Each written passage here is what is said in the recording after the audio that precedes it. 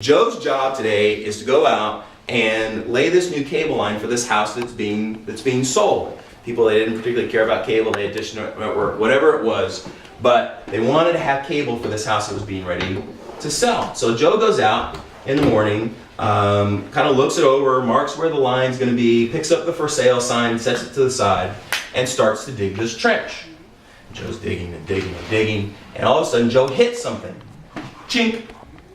Now, Joe, kind of being the good Comcast worker, checked, there aren't any electrical lines there, there's no plumbing that he hit, he has no idea what he's hit.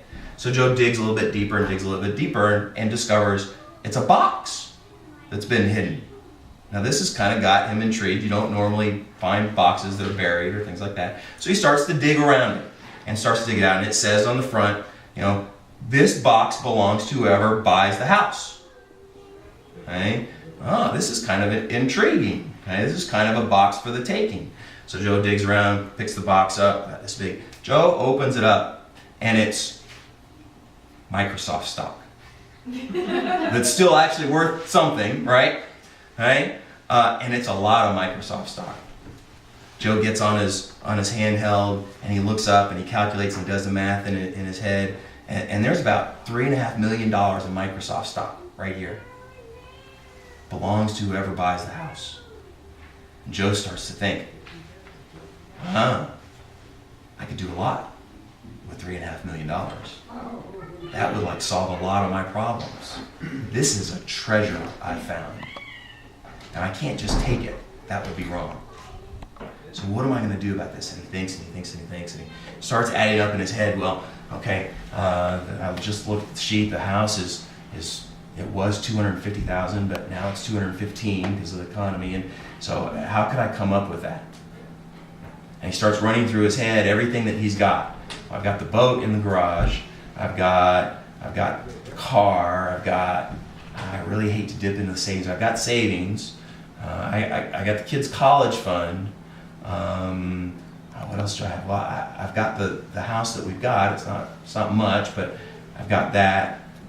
He starts adding up, and he's still short, and so he starts going through the other. So I've got a computer. I could probably get a couple bucks out of that. I've got my watch. Joe adds up everything he owns, the whole thing. If I went with the shirt on my back and sold everything else I had, I could just buy the house, just enough to buy the house. And so he does. He sells everything. Sells his kid's bike, sells his kid's toys, sells the computer, sells the stock, sells gets rid of the savings for the college, gets rid of everything. Joe shows back up. Joe owns nothing now. But he's got just enough to buy the house and get the treasure. Now that's a long version of a very simple story that Jesus tells. And his point is this, okay? When you discover something that's worth everything you've got, go and sell it. Be willing to give it up in order for the treasure. Now, a couple things I want you to see in that story. One, and Jesus says, this is what the kingdom of God is like. One is to recognize the treasure's worth it. Don't settle for anything less than the treasure. That little piece of you, that little flame that God has put in your heart, that there is something more to be had in your relationship with God, do not ever doubt that that treasure is real and worth whatever the price is. Make sense? Okay? Don't settle for less. The treasure is real and it's worth it. But here's the second part. You don't get to decide to set the price for the house. You don't get the treasure without buying the house. And God decides what the price is. If Jesus wants to come to you and say, go sell everything you've got and then come follow me, that's his right. If God comes to you and says, I want for you to get rid of that pride, he has the right. If he comes to you and says, I want for you to sell the self-control you think you've got in your life, he has the right. There's a price to the treasure. There's a price to the treasure. We have this idea in our head that I can dabble at God. that I can work up to devotion. And it's not true.